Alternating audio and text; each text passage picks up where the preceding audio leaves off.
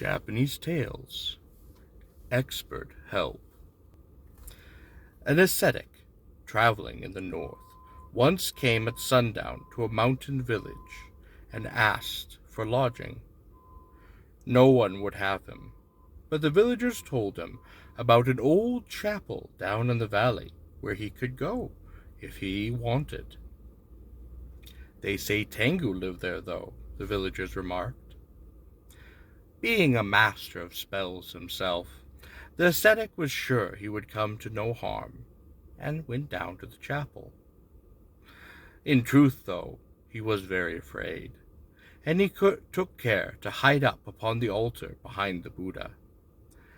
Late that night, he heard people coming down the mountain, and was frightened enough to make in front of him the pass of invisibility.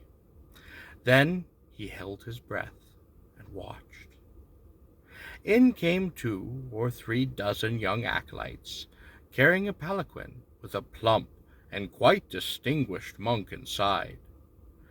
When the young fellows had put their superior down, he told them to go outside and to play, and they all clattered noisily out and began wrestling, dancing, and cavorting about.